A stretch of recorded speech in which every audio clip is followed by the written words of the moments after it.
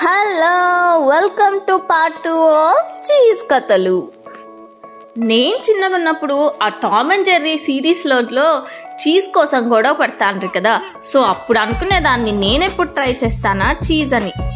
కానీ ట్రై చేశాక అర్థమైంది మనకు అవసరమా ఇవన్నీ అని. ఇంతకీ ఈ చీజ్ ని మిల్క్ తో చేస్తారు. మిల్క్ ని హీట్ చేసి అవి కొన్ని కర్డల్స్ వచ్చే వరకు చేసి దాని తర్వాత కొన్ని టెక్నిక్స్ అండ్ టెంపరేచర్స్ తో చీజ్ ని అయితే ప్రిపేర్ చేస్తారు.